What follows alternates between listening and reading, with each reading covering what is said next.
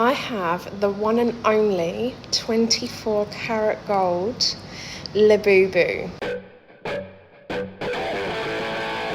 Love is not enough in this world, but damn it, Ethel Cain hoped it would be. Stuck in her small Southern Baptist hometown where nothing new ever happens, Ethel Cain is an unsatisfied teenager with a great deal of trauma caused by her religious upbringing as the daughter of a preacher. A fire of hope lights in her heart as she falls for teenage Willoughby, a boy who also greatly suffers at home at the hands of his violent father who's been traumatized by the Vietnam War. Willoughby Tucker I'll Always Love You acts as a form of side B of the Preacher's Daughter album. It gives us more insights on the story of Ethel Cain and her character as we explore her love story with Willoughby, its imperfections, and how her relationships in her life affect her. I greatly encourage you to go watch my video on Preacher's Daughter to get the full picture of the story of Ethel Cain. The cool thing is that you can watch this video to get insights on Ethel's adolescence and her story with Willoughby, and then watch the full Preacher's Daughter video to see the rest of the tragic story unfold. Or if you've already watched the Preacher's Daughter video or rewatched it recently, you can dig more in the lore by watching this Willoughby Tucker analysis. Hello everyone and welcome back to my channel. I'm your host Leo. On this channel I do music reactions and deep dives into artists, their albums, the music industry, and I focus on women in alternative, rock and metal music. Ethel Cain is one of my favorite artists and I have a full playlist with deep dives on all her work except for Inbred, but it's coming. Maybe some of you have even seen my Preacher's Daughter video. Hi! So if you want to have more Ethel Cain content after you've watched this video, feel free to go check out this playlist. But just to say that I am absolutely in love with the work of Ethel Cain and I enjoy doing these deep dives so much. Today I'm going to explain to you the full lore of the Willoughby Tucker I'll Always Love You album. We're going to go through each song and their lyric to understand the story that is unfolding in front of our eyes. Before I start, just to tell you how I proceeded to write this video. First, I listened to the album multiple times. Then I wrote down all my thoughts, the connections that I was seeing between the songs and the story of Ethel Cain I already knew, and I wrote down my interpretation of the lyrics. I watched some Ethel's interview, I dived in the subreddit, I looked for more details, and then I did a deeper analysis going through each lyric precisely. I took my time to write this video. By the time that I posted, the album will be out for almost 2 months, but I really wanted to take the time to understand the story and to really be familiar with the album. It's not a video that I wanted to rush. So thank you very much for being here with me today. Take my hand, we're going to go through the journey of Willoughby and Ethel together. The first insight we have on the story is the title, of course. Willoughby Tucker I'll Always Love You. For the first time in the albums, we have the full name of her lover. The title also evokes the story of a forever love, and as we will see, their love story leaves a mark on Ethel Cain that will trigger the next steps of her journey in Preacher's Daughter. Willoughby Tucker I'll Always Love You thus gives us more insights on why Ethel is such an unsatisfied character and why she had to run away from home. Through the details of her character and personality that are scattered throughout the songs, and because it details the deep mark her love story with Willoughby left on her. The cover art of the album also gives us a lot of clues on the story of Willoughby and Ethel. Willoughby is facing away from us, away from Ethel,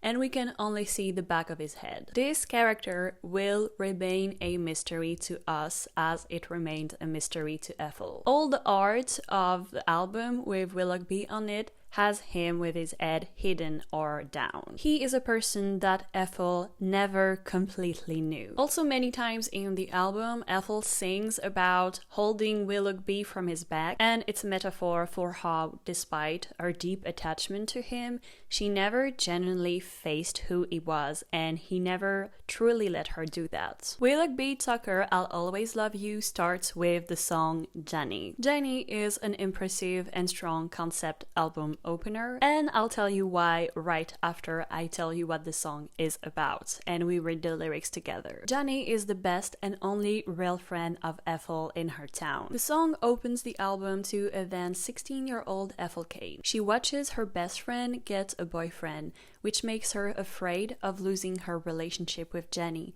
having to deal with the anxiety that their friendship will never be the same. Watching your best friend grow away from you, finding love elsewhere in a romantic relationship is hard. She is watching her best friend grow away from her, finding love elsewhere in a romantic relationship. That often doesn't leave as much room for the friendship as it would before, or even any room at all, especially in places as patriarchal as the South, where for a woman their relationship with men has to be the center of their world. Hold me, smell of mildew. I wanna die in this room. I still shake just by nature, easy to hate, easy to blame. Shoot me down, come on, hurt me. I'm wide open and deserving.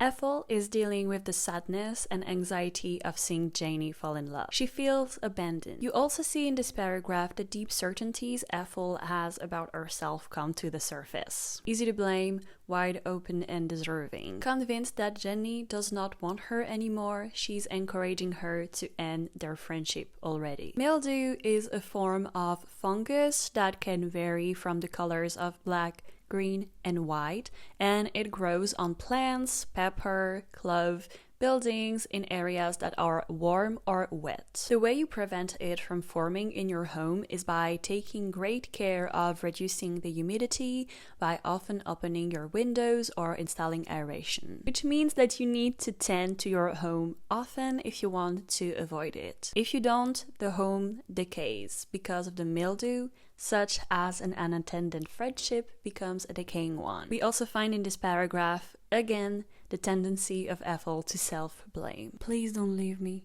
I'll always need more. Please leave open your most quiet door. I know she's your girl now, but she was my girl first. Ethel is grieving her and Janie's friendship as she knew it. After the anger comes the bargaining that takes the form of pleading here. Ethel is asking Janie to leave her room in her life because she will always need her. Friendship, especially in your immature teenagers, has you feeling very possessive. It's hard to see your friend as their own person and not as someone that is yours in a way. So that's why Ethel sees Janie's boyfriend as someone who stole her away from her. I can see the end in the beginning of everything, and in it you don't want me. But I still play pretend like I don't want you leaving. I will always love you. Ethel Cain is an anxious character, so it's not surprising that she would anticipate and imagine the end of a relationship as it starts. When she sees Janie falling in love, she interprets it as Janie not wanting her anymore. We remember from Preacher's Daughter that Ethel Cain is an unreliable narrator. Here in this paragraph, we understand that she has a distorted perception of what is happening, and her fears will be what accelerate the end of the friendship, which may be foreshadowing for things that happen in other relationship of hers. She suffers from this vicious spiral and stuck herself in the role of an observer, watching her friend leave rather than participating and adapting to this new life. It's not looking good, but did it ever? Low stakes, low faith. But I will wait. You'll keep changing, I will stay the same, and turn the page to find it blank, except for my last name. I know you love her, but she was my sister first. This verse translates the fatalistic vision of Ethel. Low stakes, because what is a friendship between two teenagers in the South in this huge world that we live in? Low faith that she has in herself and her value for someone else. I will wait indicates that Ethel is stuck in time, in her mourning and pain, but also she will be forever. This verse is tragic to me because it speaks to the situation of Ethel's and Janie's friendship, but also to the end of Ethel. As she will see Janie grow, she herself will be stuck in time alone. The future pages of her book will only include her frozen in the freezer and they'll be blank because she will be dead. I think Janie is the perfect album opener because it takes a key moment for Ethel. She is experiencing a transition, a changing relationship, and it triggers her anxiety and fear of abandonment. Here you learn everything you need to know about the character of Ethel Cain. She is a sweet girl, but she has a hard time communicating and she stucks herself in her anxiety. You also understand how she reacts to the events in her life, especially the ones that are a bit hard for her. She closes herself off in her fatalistic anxiety, thus triggering what becomes inevitable as she feared originally. Janie retells the loss of the friendship you have as a girl,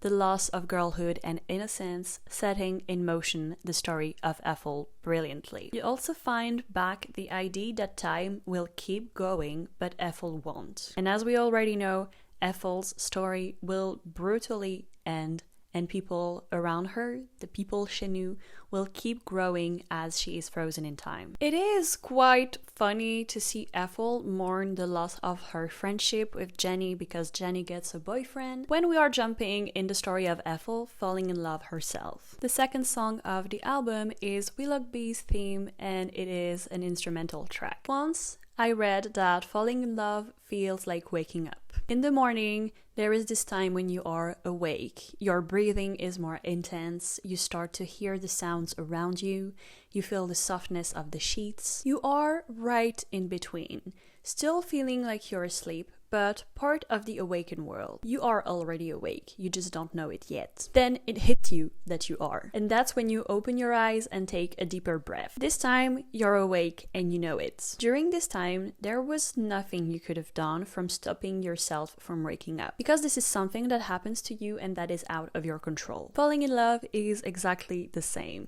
You spend time with the person, and the day you'll wake up and fully realize you're in love with them, you'll just be too far down a way you can't walk back. Your brain wasn't directly signaling that you were falling in love, but it crept step by step in you. And Ethel Cain perfectly pictured that in the instrumental track Willoughby's theme. The first part of the song is a slow piece of resonating piano, colored by echoes that travel through your brain. Then, at 1 minute and 30 seconds, the song gains in intensity. The guitar is harsher, the sound feels like an explosion that keeps on going, and there is a pleading sonority. Then, at 2:30, the piano really picks up and it resembles the theme of televangelism, especially the part of the song when you understand that Ethel Cain was ascending to heaven after her death. And is that not what love feels like? Ascending to heaven. But this time, the piano is tainted by the urgency of the guitar.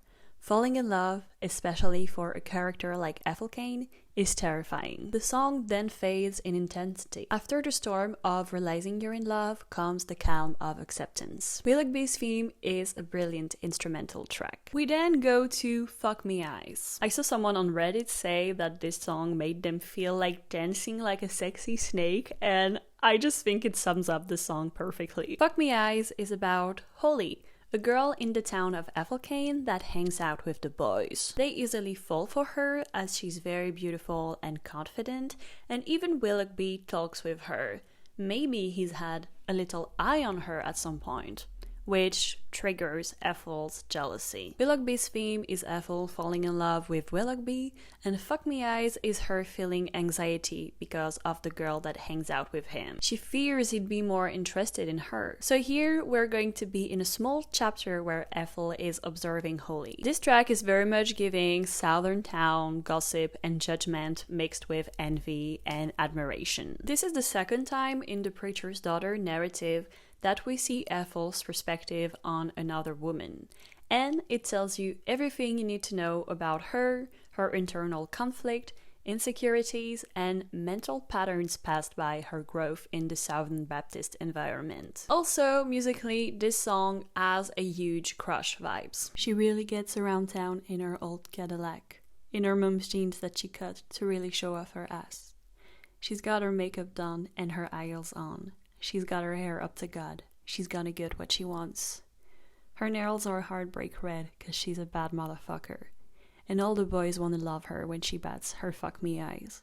I love this first verse because it is a very strong characterization and you really picture Holly perfectly. You understand that Holly greatly contrasts with the rest of her town with her boldness and confidence, but also through her beauty and looks that Ethel greatly envies. She goes to church straight from the clubs. They say she looks just like her mama before the drugs. She just laughs and says, "I know, she really taught me well. She's no good at raising children, but she's good at raising hell." Her daddy keeps her in a box, but it's no good. The boys can't get enough of her and her auntie fuck me eyes. Holly sounds so badass. Here you can feel the kind of dooming feeling of living in a small town where everyone knows everyone, where people know the members of your family that came before you, witnessed their lives and formed their judgment, passing down these judgments on the other members of their family, especially on their children, which creates a very suffocating environment for a teenage to grow up in, especially if their parents have done public mistakes or they've lived in a way that was deemed wrong by their community. Nowhere to go, she's just along for the ride. She's scared of nothing but the passenger side of some old man's truck in the dark parking lot. She's just trying to feel good right now. They want to take her out, and no one ever wants to take her home. This chorus lets you understand the kind of passivity of Southern women. This line is also very typical for a teenager. When you don't know where you want to go or who you are, you're going to mirror those around you and go along with what they want to do. Here we understand that Holly also fears Ethel's fate. As Ethel is observing her and judging her, she's also absorbing behaviors that she will copy in the future, and she will circle back to finding her morbid fate in Holly's fears. Here Ethel perfectly sums up the behavior of men, especially in this type of town. They want to take advantage of the women or the girls to have their fun, but they don't want to commit to taking care of them. I think at the end you could kind of understand this lyric as a little vengeful on the side of Ethel, but I think that it is more her empathizing with Holly because she sees her loneliness despite her popularity. 3 years undefeated as Miss Holiday Inn, busted outside the liquor store because she's too young to get in. They ask her why she talks so loud. What'd she do with all that mouth? Boy, if you're not scared of Jesus, fuck around and come find out. She's got the radio blasting, smiling hard when she rides. But when she leaves, they never see her wiping her fuck me eyes. Again, this verse is a beautiful and perfect exposition of the character of Holly. In the small rural town that she lives in, she shines as a strong-headed girl, talking back to people and owning her sexuality. Maybe as a way to project a stronger image of herself than she actually is to protect herself. But at the end of the day, she goes home crying, lacking the genuine connection and reassurance she craves. Ethel is very similar to Holly in many ways, which is why she understands her real feelings. I'll never blame her. I kinda hate her. I'll never be that kind of angel. I'll never be kind enough to me. I'll never blame her for trying to make it, but I'll never be the kind of angel he would see.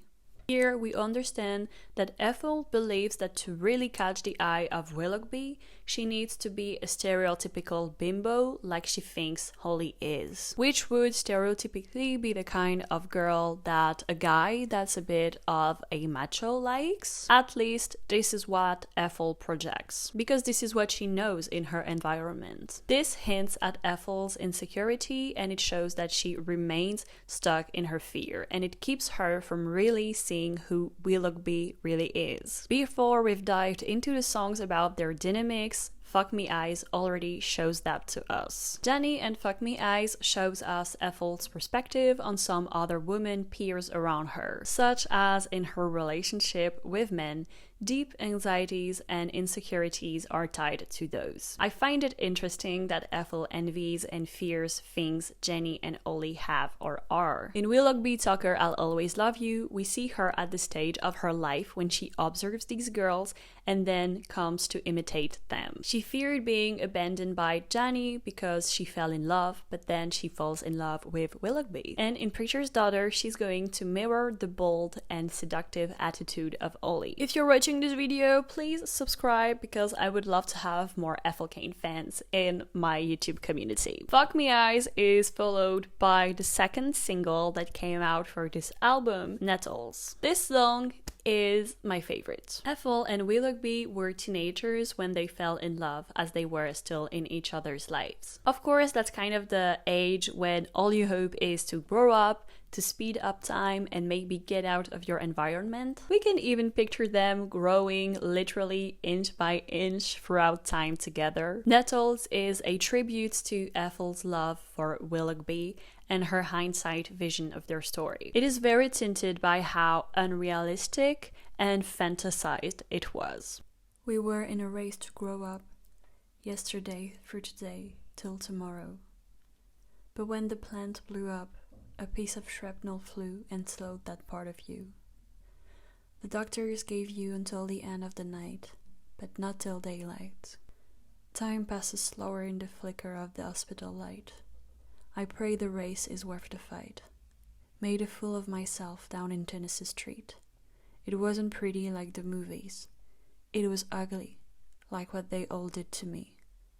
And they did to me what I wouldn't do to anyone. You know that's for sure. At the very beginning of the song, you already understand that this story is going to end tragically, even before you have a chance to see it unfold. In the song A House in Nebraska, in Preacher's Daughter, you have the indication that Willoughby was gone, maybe dead, and that it had a major impact on Ethel. Here in this verse, you have Ethel fantasizing about catastrophic scenarios when she loses Willoughby. And you understand that this is distracting her from reality and from really seeing him. Tell me all the time not to worry, and think of all the time I'll have with you, when I won't wake up on my own. I'll close all the time, knowing I'm half of you. I think this scene here has two meanings. I think it could relate to a scene that really happened in the hospital, maybe with like a friend of Willoughby that's been hurt, as we're going to see in a future song, or maybe with his dad dying. Or it could also be about Ethel's fantasy where Willoughby dies, fighting in the hospital with Ethel by his side. She talks a lot about wanting to be near him and being close to him in the album, but we see that this is more something that happens in the catastrophic scenarios that she imagines rather than in reality. I also really love this sentence, time passes slower in the flicker of the hospital light, because it encapsulates perfectly the dreadful stretch of time you experience when you see a loved one dying, still trying to hang on to the hope that they might have a chance. And I know what it's like because the last memory I have of my dad is me visiting him in the hospital. I also really love that sentence because grief can be romanticized in media. It's normal, of course. You have to put it in a digestible format for the public and make it artistic in some way. But when you physically experience grief, it's just ugly. In this verse, we find again the idea that Ethel is hurt by her external environment. As we picked up in Preacher's Daughter, Ethel is a well-intentioned character and she does not deserve the cruel actions that were done to her. And here she's directly sharing her thoughts on that. The song Family Tree in Preacher's Daughter was touching on her desire to be pardoned in a way and her questioning whether she deserved to be seen in a beautiful light. And I love how unequivocal she is here. She knows she wouldn't hurt people, and there's no room for hesitation in her intentions here. So we know she's convinced about not deserving hurt, and I think this more innocent, fantasized Ethel is beautiful. Lay me down where the trees bend low. Put me down where the greenery stings. I can hear them singing. To love me is to suffer me, and I believe that when I lay with you in that old lang room, wishing I was the way you say that you are. You'll go fight a war, I'll go missing. I've warned you, for me, it's not that hard. Here we have glimpses into the intimacy of their relationship. We already understood that Ethel is a very anxious girl, fearing a fatality she feels is coming for her. Willoughby was the hope. He was bringing her back to Earth and anchoring her in the present, offering her a brighter perspective on the future. And what a beautiful portrait of Willoughby it is. What a beautiful person he can be, offering his lover a hopeful perspective of the future in their contemplated intimacy. You'll be half of me, I'll be there for you. But don't be fooled by this picture, as it is only the romanticized fantasy of Ethel. What a picturesque verse. Nettles are a wild plant with heart-shaped leaves that are covered in hairs that sting, which cause a painful reaction when you touch them. This plant has a powerful innate protective mechanism to keep invaders away. In Germany, nettles are associated with Thor, the god of thunder. During thunderstorms or wild weather, travelers threw bundles of nettles into the fire as an offering to Thor, praying for protection against lightning. When you think about what is coming for us in the song Tempest, this is quite intense. I think that Haydn did not read that deep into the plant when she wrote the song, but I will. Understanding that what Willoughby feared the most was storms, and Ethel sees herself as a nettle, a plant that is associated with storms in a way, you know how constantly anxious she is about the future. That's insane, and I love this significance. It also shows already that they were not really good for each other. And yet, nettles are also plants that have a lot of medicinal use and were historically used to ease the pains of joints. If you want to experience the good side of this plant, you just have to treat it with care. If you don't respect the boundaries of a nettle, she's gonna hurt you. Does that also make you think back to how Isaiah was sick after eating Ethel? A nettle is fragile. Most plants are. You can easily stomp on them and destroy them. And yet, this plant has developed a defense mechanism to survive her environment and the harm people could want to do to her. Associating Ethel Cain to a nettle has such deep levels of meaning, I think it's brilliant. To love me is to suffer me. I kind of have two interpretations of this sentence, and I think that both can coexist in the context of Ethel's character. The first one is that Ethel has a kind of haunting anxiety, and that this anxiety that being loved has to have a downside for the person who loves her. Or she feels love when she feels seen enough to know Willoughby knows her bad sides, but still chooses her. I feel like I'm struggling with my English today. Auld Lang. So my research indicates that it's a regional UK saying. Auld Lang Syne, for example, refers to the good old times, or to a long friendship. It's a beautiful way to refer to, of course we understand that, the room that they were laying in together in their house in Nebraska. The old house where they used to spend time together. And we understand again that Ethel has a very fatalistic view of the world and she traps herself in it. I think it's funny because at first when I listened to the song, I did not understand this sentence. I understood, you'll go fight a war, I'll go missing, I want you for me, it's all I have. This is what I would understand, like sonically. And I found that really haunting. But here the sentence translates to her fatalistic vision and kind of things are gonna happen this way, I can't do anything about it mentality. That picture on the wall you're scared of looks just like you. I wanna bleed, I wanna hurt the way that boys do. And maybe you're right and we should stop watching the news. 'Cause baby, I've never seen brown eyes look so blue. I thought this verse was so mysterious at first. First thing that I was thinking about, as like it was the only picture on the wall we've actually seen so far in Ethel's story, is the picture of Jesus on the Preacher's Daughter cover. So to me, that could hint at the parallels between religious worship and passionate love. I was also thinking about the pictures of Ethel shared on her missing poster, maybe hinting at the fact that Willoughby will too in his way disappear. But a lyric in A Knock at the Door and Ethel's annotations on Genius made me realize that the picture Willoughby is scared of is a picture of his father, which is both the image of a man that scares him and a terrifying prospect of what he could grow up to be. I want to bleed, I want to hurt the way that boys do. Men don't get to be emotional openly in traditional towns. The only emotion they get to feel publicly is anger. Men's anger is very accepted and we should allow it with no complaint. Men get to burst and explode in violent anger, something that women on the other hand do not get to do. women's anger is very stigmatized, and here Ethel wishes she could let her emotions explode in this bursting way. Think of us inside after the wedding, suffering the while to lie our time or two, when we won't wake up on our own, held close all the time, knowing this was all for you.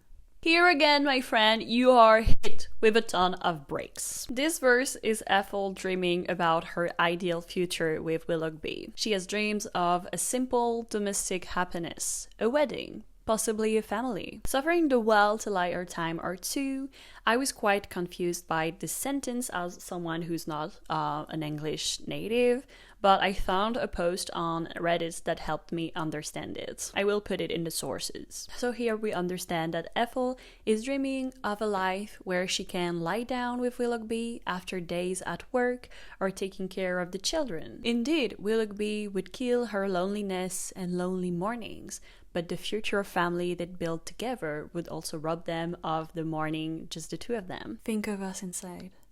Gardenias on the tile, where it makes no difference who held back from who.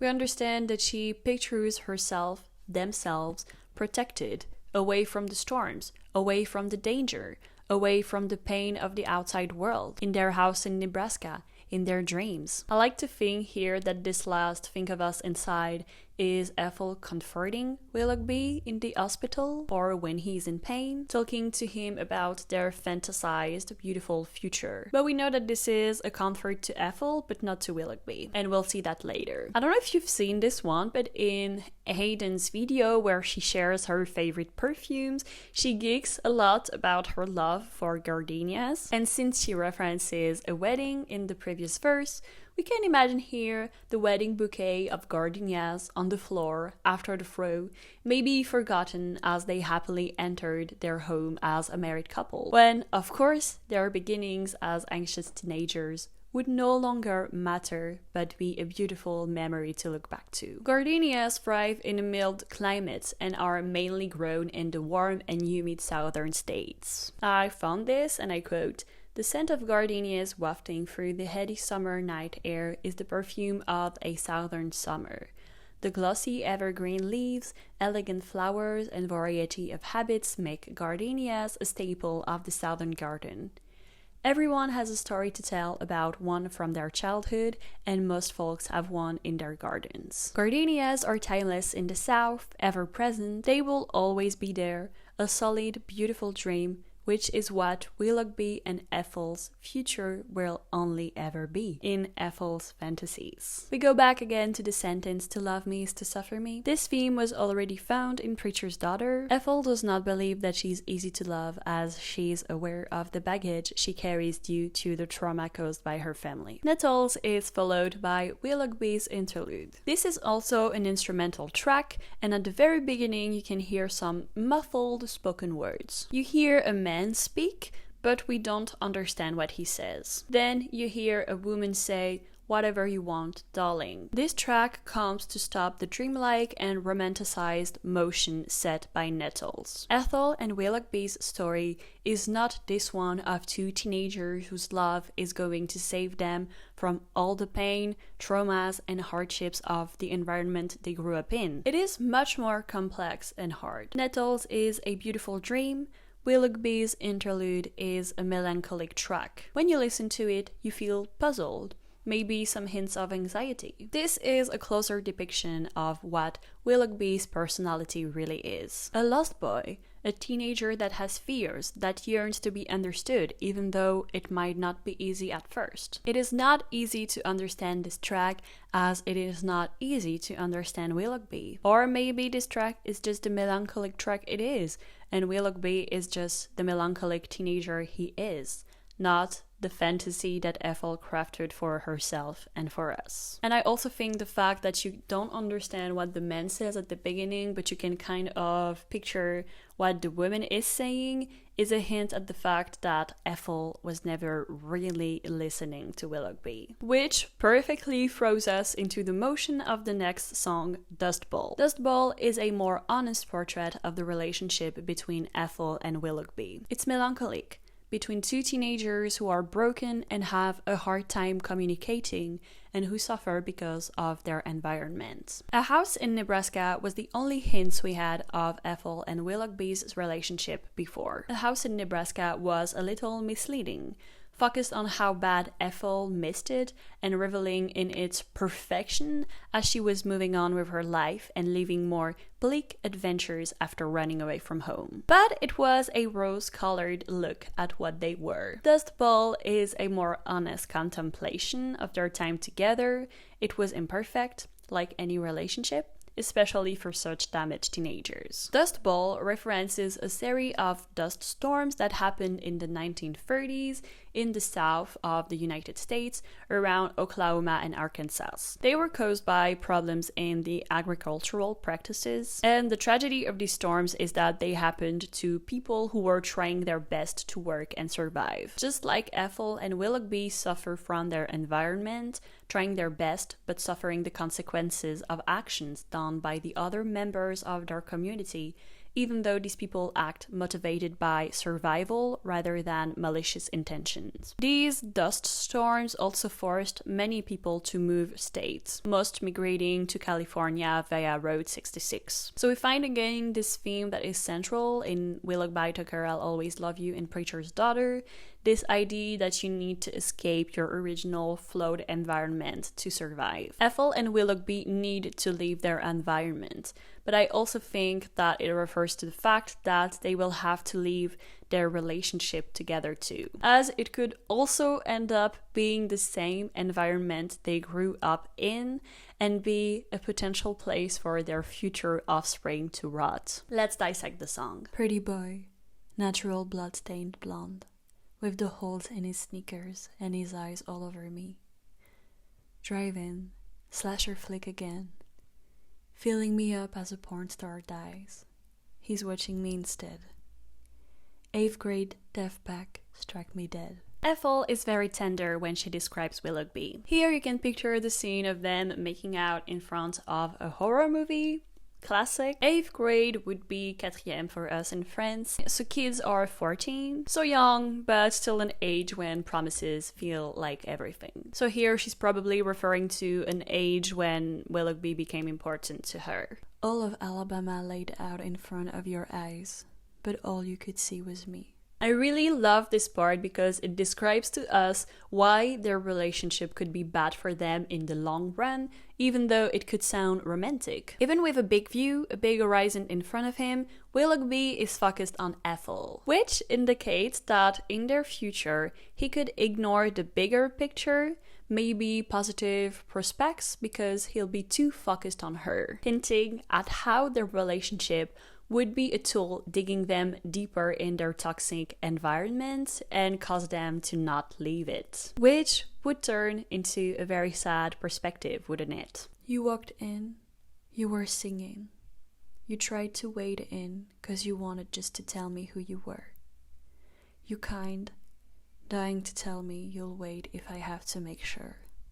In this verse, we go back to a memory Ethel has of Willoughby where he's in a light and joyful mood. To wade in means to go through a body of water that is not very deep with effort. This indicates Willoughby's caution when he entered Ethel's life, making sure that she would understand him and he would be good to her. This attentive nature of Willoughby for Ethel came back often in the story. In hindsight, Ethel recognized that she did not fully understand Willoughby, but he had a good nature and he showed genuine patience to her. She also understands, in hindsight, his attempt at telling her who he really was and how he really felt. Pretty boy, scared of the rain by God. Tend to the row of your violets with your eyes all over me. Watching, hoping the wind blows slowly so I can keep you a moment.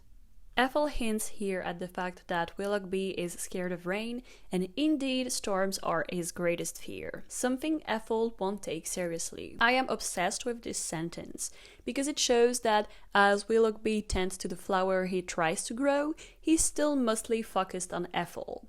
That's a metaphor for how their relationship distracts him from growing and healing. Ethel understands that she would not be able to keep Willoughby forever when they would grow up, so she wished time would slow so she could enjoy their love as long as possible. Ethel feels happiness is temporary and she's undeserving of it, something that was very present in Preacher's Daughter.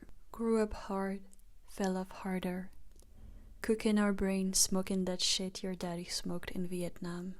You'd be a writer if he didn't leave all this hell for you. Saying if you could, you'd leave it all.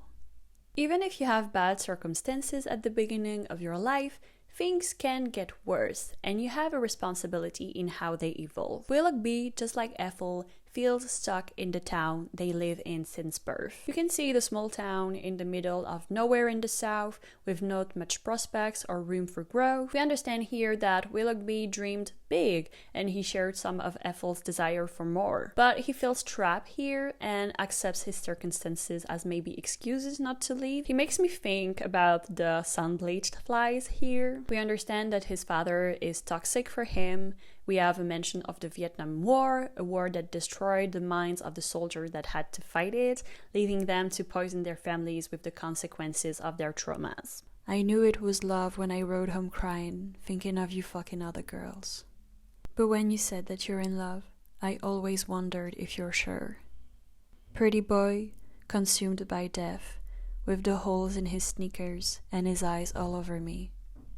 Unsurprisingly, Ethel's love for Willoughby is rooted in insecurity and jealousy. The pain of imagining Willoughby with other girls is what makes her think she loves him. We understand that her vision of love is flawed, as it's rooted in possessiveness, just like her friendship with Janie was. And it just makes me think about how religious love is rooted in the concept of possession. Your wife is yours, your husband is yours, your offspring is your property, and you shall dispose of it. When Willoughby shares his feelings, she does not believe him, she does not trust him, which will be one of the reasons they grow apart. Because that's not the only time she disregards what he feels. She sees him as untouchable, a patriarchal figure, but he's just a boy in love who has vulnerabilities and fears. Ethel dismisses all of it. Before the South was turned into a dust bowl, it was full of green pasture, wasted by their exploitation. A place of abundance was turned into a desolated dust nightmare, which is the fate the children and teenagers growing up there face to when they keep growing in this environment forever. Just like this place, Willoughby is consumed by death, a theme that will come back in the next songs. The holes in the sneakers of Willoughby symbolize his poverty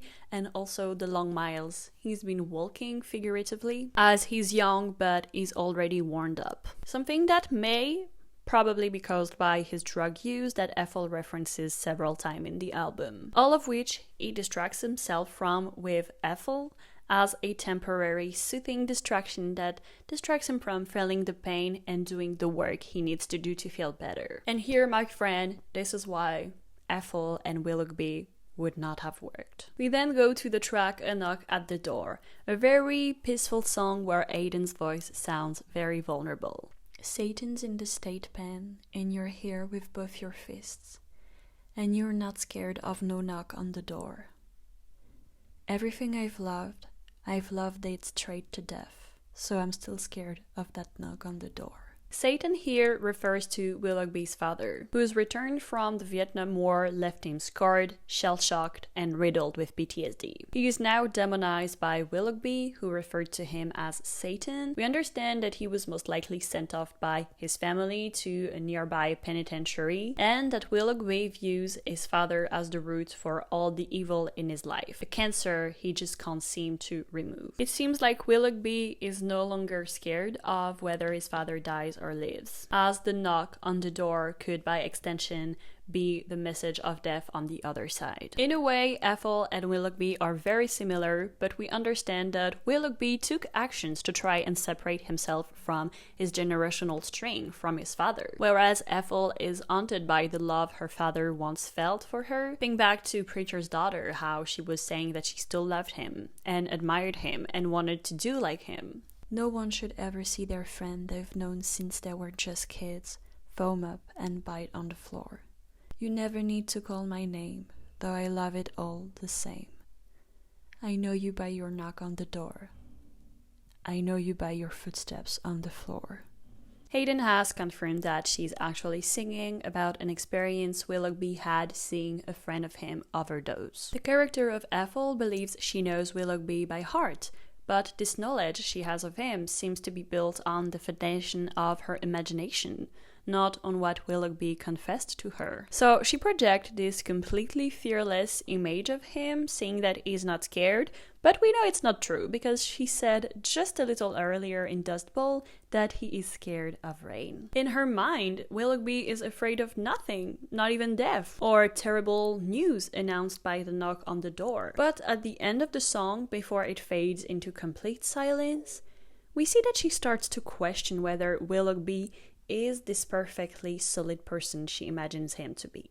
You're not scared of no knock on the door, or maybe you are.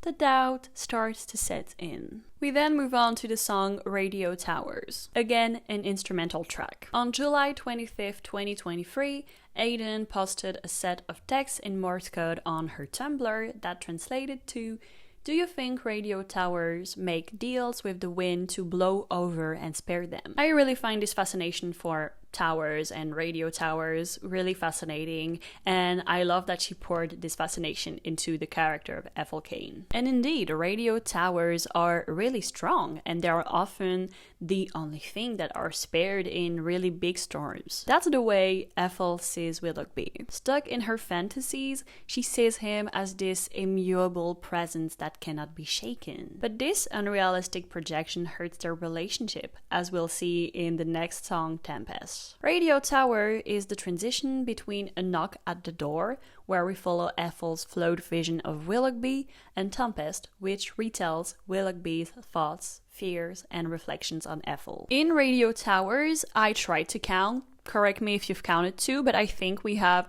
192 beeps. And they can either be kind of like the radio tower beeps, or they also resemble like the hospital machine beeps, right? You also hear growling thunder in the distance and very intense wind sounds. I personally picture a scene where Willoughby went to the hospital after his friend overdosed, as we understand in A Knock at the Door, which distracted him from the storm coming. Ethel probably left him at the hospital because she is uncomfortable with death and fear, which is why Willoughby is left alone in the storm, as we'll see in the next song. So yeah, to me the beep has a double meaning: when you wait at the hospital and you hear the machine beeps, or when you wait for a storm. In both situations, it's in your best interest that the sound stays steady, but it still induces a great anxiety as you fear that it could accelerate at any time, bringing terrible news. But in the song, the beep does not speed up. And here, you and I, the listeners, we find ourselves in the situation Ethel and Willoughby were in all their lives. Waiting. Whether it's the hospital machine or the radio tower, both beeps are going to announce a threat of death, which is what Tempest will be, the death of Ethel's and Willoughby's relationship. The sound is distorted, kind of reminding how the sound travels differently in the moving air of a storm coming. The transition between radio towers and Tempest is seamless, and they both feel like one very long song. So here we are, in the Tempest. Finally. As a French person, I immediately understood the title, so I thought it was kind of funny when English speakers, or some of them, looked up what it meant and were surprised. Tempest comes from the Latin word tempus, that meant period of time, and it referred to the season. The etymology link between time and the weather comes from here, and it's actually present in many languages. So, for example, in French, the word time is translated to temps, and in modern French, storm is tempête. The accent that you have on the word here indicate that in Old French we add an S before the T, so storm would be tempeste, which gave Tempest in English. And I think it's funny because, for example, if you're in French school and you're like learning English, Tempest is the kind of word we would be discouraged from using because it is too close to English, so it would be kind of lazy from us to use this word. But anyway, a tempest is a big windy storm. You easily imagine a weather phenomenon that can cause damage. Tempest is the only song from the point of view of Willoughby, and here we learn so much about his character and his relationship with Ethel. Because remember, Ethel is an unreliable narrator, and although she's well-intentioned in her love for Willoughby, she projects on him what she wants to see, and she fails to understand his deepest fears. So in Tempest, Willoughby questions whether Ethel really knows him. The song relates to a tornado that swept through Shady Grove, Alabama on April 21st. And you see this from the Diary of a Preacher's Daughter. You understand that on this day, 3 people die and Willoughby vanished. Can you hear them? The trains? Pick your flowers, you're too late.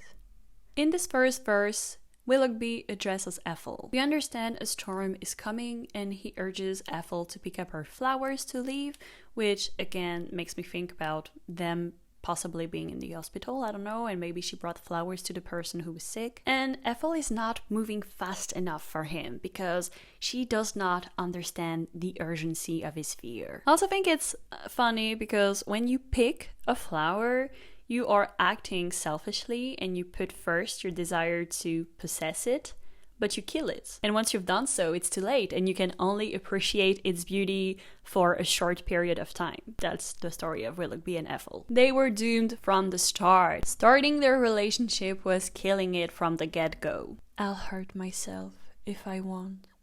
I don't care. Do you swing from your neck with the hopes someone cares?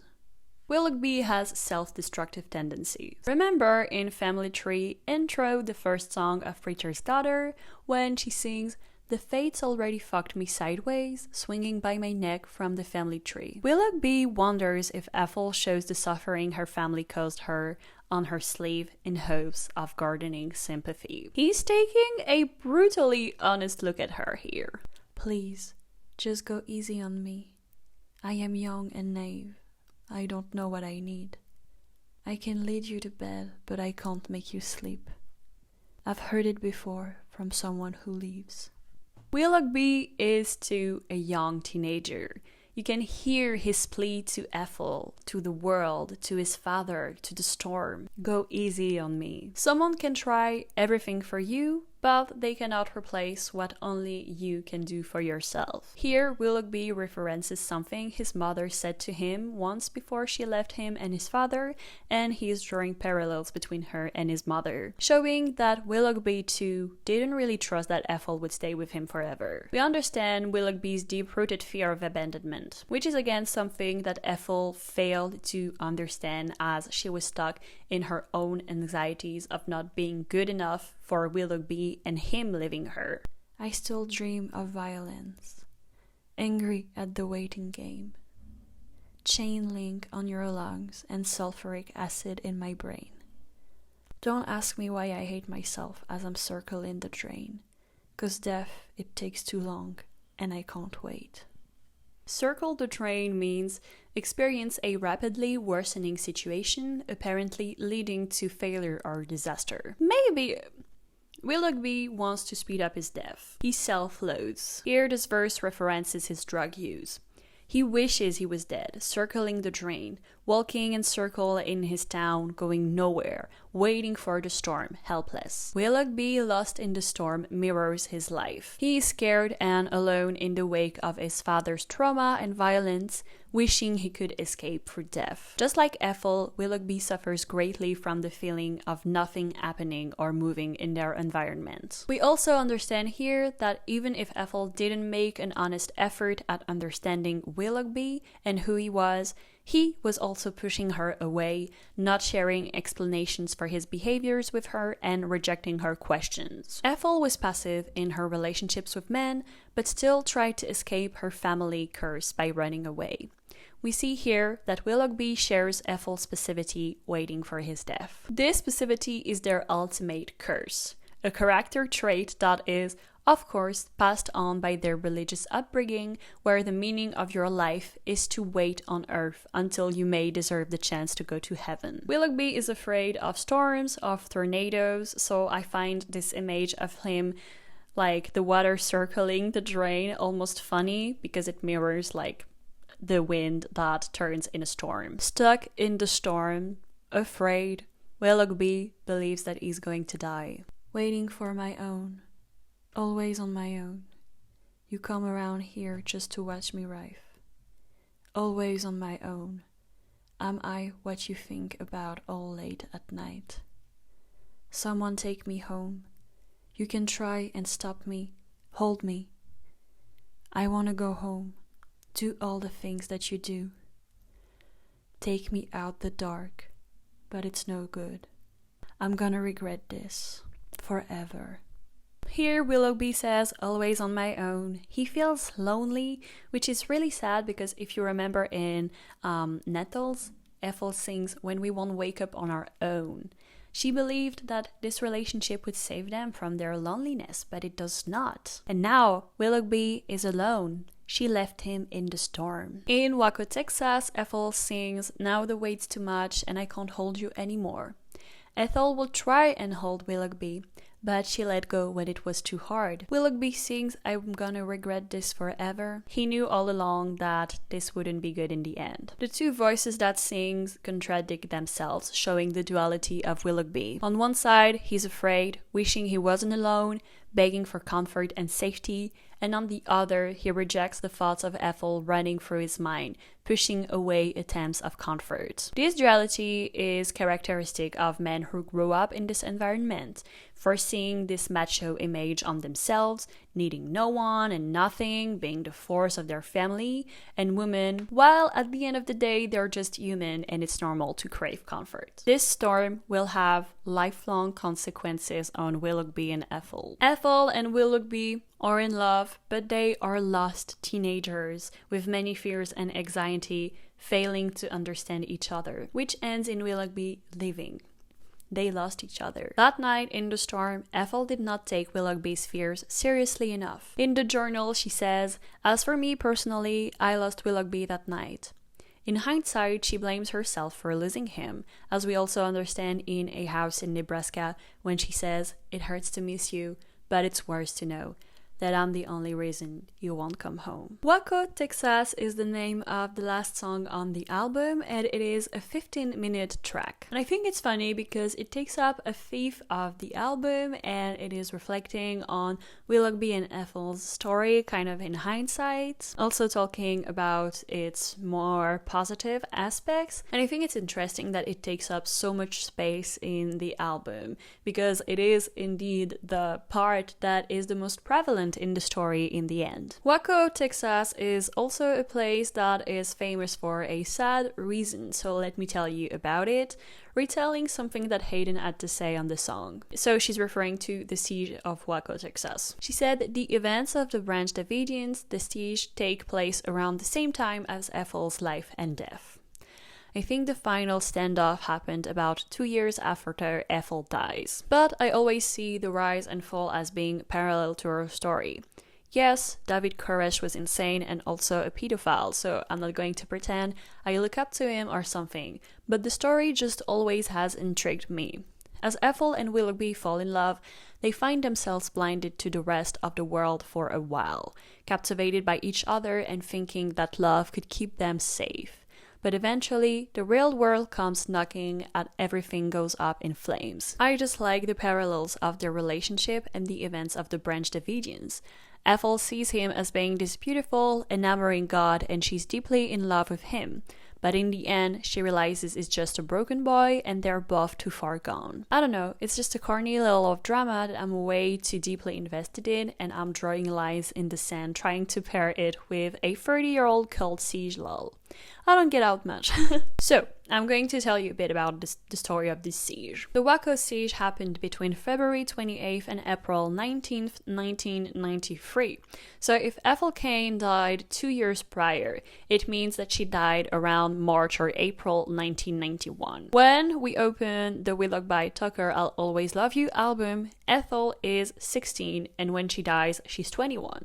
So these 2 albums happen in the span of 5 years. Waco, Texas closes the album and is dedicated to Willoughby. It's heartbreaking and giving us insights on why they did not end up together and how much it affected Ethel. I kind of like to think that Ethel's disillusion matches the religious disillusion of the followers of the Branch Davidian, the cult that was created and that had like its quarters in Waco, Texas. Basically, the Branch Davidian kind of evolved into several smaller groups, and one of them became a cult, and it was led by David Koresh, and his leadership of this cult ended in 1993 with the siege that I just mentioned. And basically it was a standoff between federal agents and the members of the cult, and it resulted in several people dying because of gunshots. Waco is most likely the place where Willoughby ran away after the storm,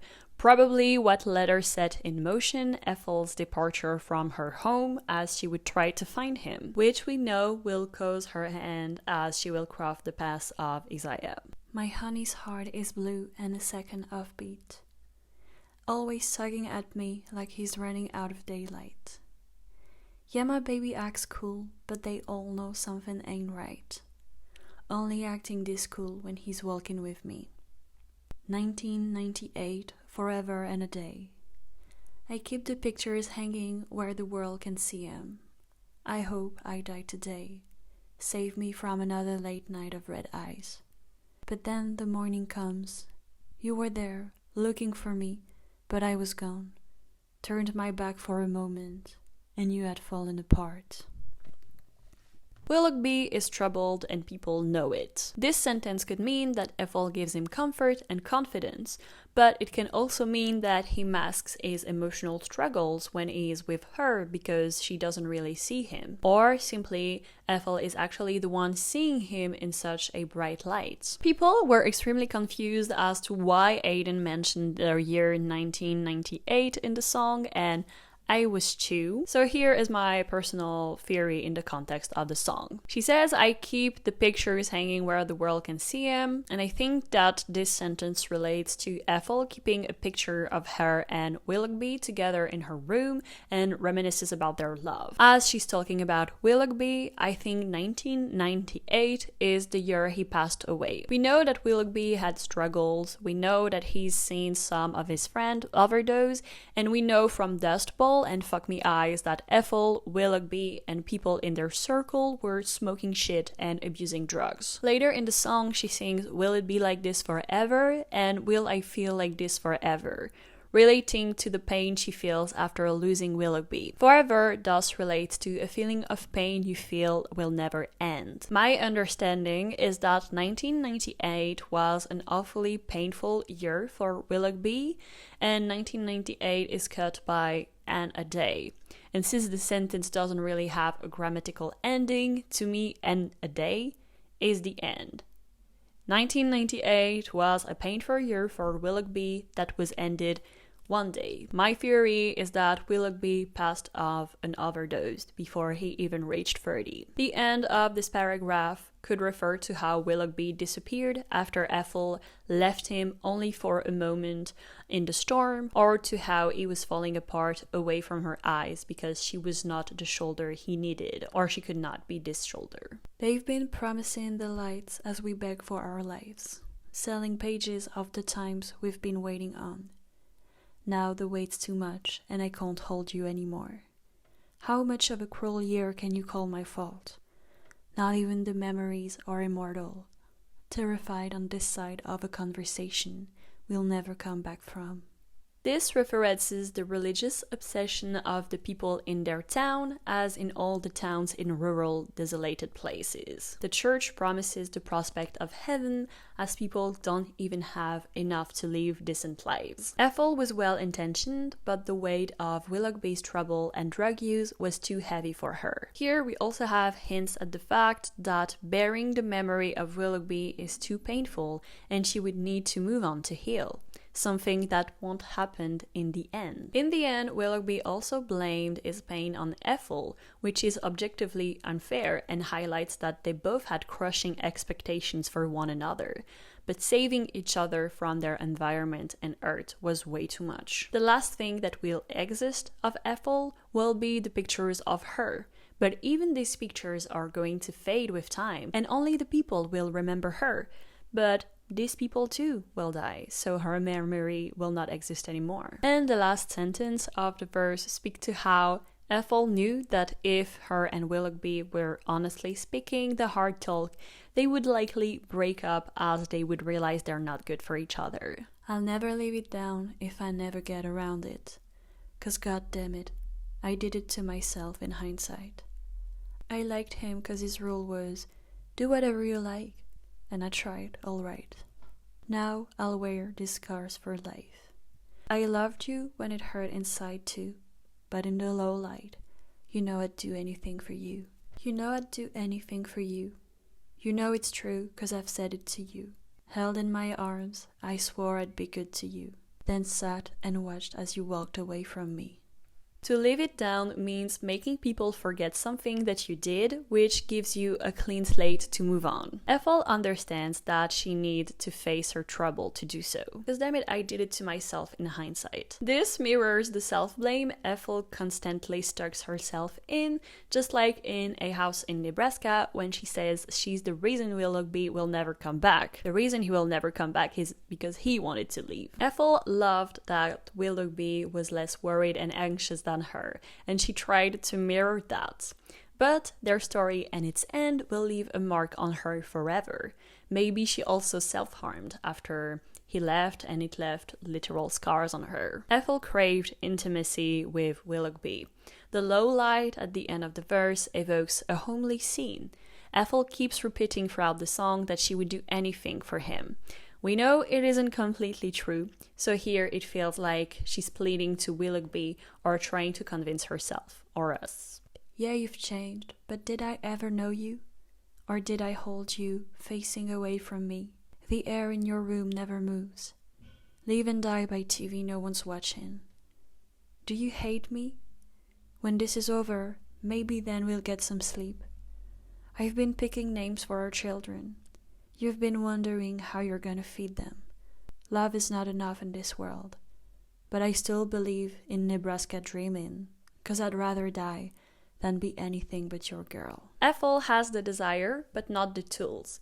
She remained a passive actor even in her relationship with Willoughby, as she has been in her relationship with other men later on. Ethel acknowledges that she probably never took an honest look at Willoughby and that he never let her do that. The image in this verse are so tragic to me. Here it's a reference to the picture art of the album, and it could refer to the one-sided nature of their love, as Willoughby was in a way emotionally unavailable to Ethel, which didn't keep her from clinging to him. When she sings "The air in your room never moves," she's making a reference to stale air, which is indoor air that hasn't had enough fresh air circulating through it. Most people notice stale air because the pent-up pollutants have an unpleasant smell or make a room feel stuffy. And here, think back to the very beginning of the album in Janie when Ethel references the scent of mildew. The album opens and closes in this suffocating atmosphere where things and people rot. Maybe Ethel is like the stale air in a way, leaving little room for the people she loves to grow, as she fears they will leave her, and she just ends up pushing them further away as they need to escape this suffocating love, as they may need to leave their suffocating environment, just like Willoughby did. The image of the TV makes me think about sun-bleached lies a lot, evoking this image of people never leaving their living room in their free time,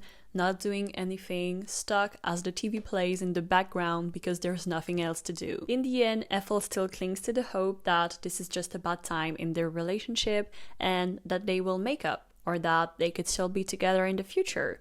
She has a hard time letting go of her codependency, which could also be a reason why in A House in Nebraska, Willoughby's mom still calls her pitying this young girl who is still in love with her boy. She's confirming here that she was dreaming of their family, while the prospect of their future was maybe more anxiety-inducing to Willoughby. The contrast in their character really shines here.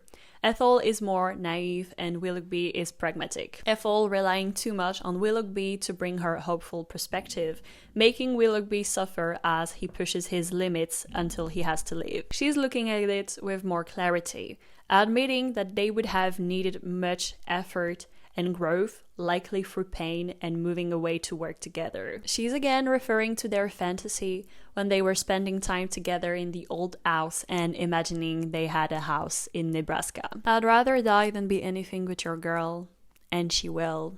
I never meant to hurt you, but somehow I knew I would. Will it be like this forever? I'd reached into your body and fix you if I could. Will I feel like this forever? Are you angry? Do you hate me?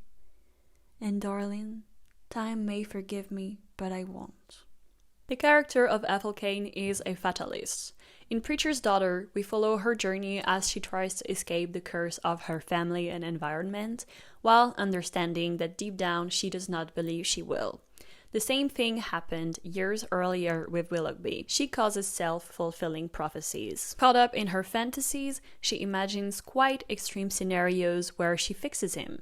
Her delusions don't match her actions though. It's the same thing with the excruciating intensity of her feeling of never being able to forgive herself. And even in the future, she fears the way Willoughby might see her, and she has no answers as to how it is because she will never see him again. Someone on Genius said something that I really love. I'm going to put the link. Even despite Ethel's constant fixation of eternity and permanence as concept, she's too caught up in her own thoughts to recognize the real permanent damage she caused. You know I'd do anything for you. You know it's true, 'cause I've said it to you. Held in my arms, I swore I'd be good to you, then sat and watched as you walk away from me. So I bled, till I cried, till I felt I might die. To be known the way you should is to put yourself through hell. Still, I waited and tried till it killed me. 'Cause you're right. I can wait if I want, but it'll never be good enough like I want to believe it is. Ethel's vow to be good to Willoughby stands in contrast to his request in an earlier verse for her to just be mean. The way they deal with pain is too different. She wants to be close and reassured, and he wants to feel nothing and hurt himself. Here, they are hinting again at the idea that Ethel self-harmed after Willoughby left. The last verse of the album evokes the idea of scars, and Preacher's Daughter opens with, "These crosses all over my body remind me of who I used to be." Family Tree intro touches on how Ethel's religious upbringing influenced her, but we now understand that her story with Willoughby is as strong a trigger in her story. Their love and its loss left a mark on Ethel forever. In Preacher's Daughter, she sings again in Sun-Bleached Flies, "I'm still praying for that house in Nebraska by the highway right on the edge of town." But Sun-Bleached Flies comes after Ethel died, when she reflects on her past. Missing Willoughby and their idealized love transcends her death. To be known the way you should is to put yourself through hell. Being known is terrifying.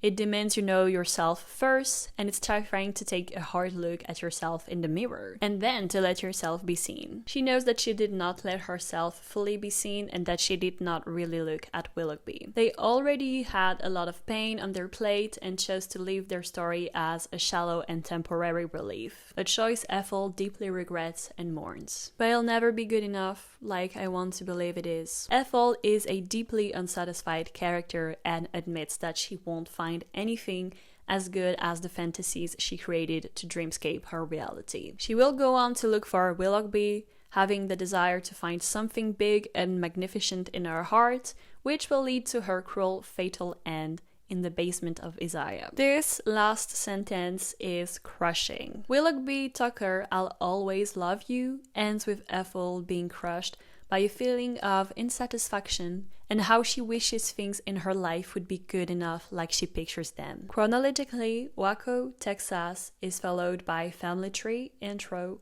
when the story of Ethel running away from home and her motivations for doing so are set in motion. We now have details on another layer of her motivations, the mark the story between Willoughby and her left. Maybe another reason she left home was to go look for him.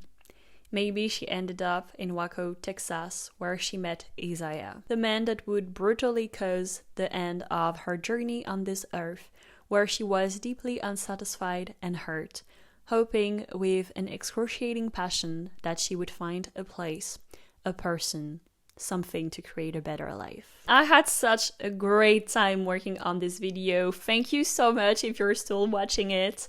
I've been filming for the past 2 hours. I don't know how long this video is going to be, but I think it's going to be pretty long. So if you've watched it till the end, please let me know in the comments because that's crazy. The story of Ethel Cain is insanely beautiful and well crafted, and I love how the music acts as a movie. Like, even the instrumental tracks are like a beautiful illustration. As I said, I really took my time with the video. I wanted to dedicate it the time it deserved, so I spent around 20 hours like writing it. I take some time finding the pictures. Now it's been like almost 3 hours since I've been filming and recording, and I think I'm going to have at least 10 or 15 hours to edit the video. So yeah, it's taking a lot of time. But yeah, retelling the details and dissecting what she put in the music required many hours of listen and rereads of the lyrics to make sure I wasn't missing anything. But I'm still sure I did. So if you have other theories or details you want to add, please share them in the comments. As some of the lyrics are quite broad, I put my personal interpretation in the video too. So if you have like a different perspective, please share it with me. Thank you for watching. Please like this video, share it with a friend, comment it to reward all the time spent on it, and I hope like you had a great time watching it. You can subscribe to my channel and check out my playlist of other videos on Ethel Cain. I was your host Leo. This was the analysis of Willoughby Tucker I'll Always Love You, and I will see you very soon. Bye!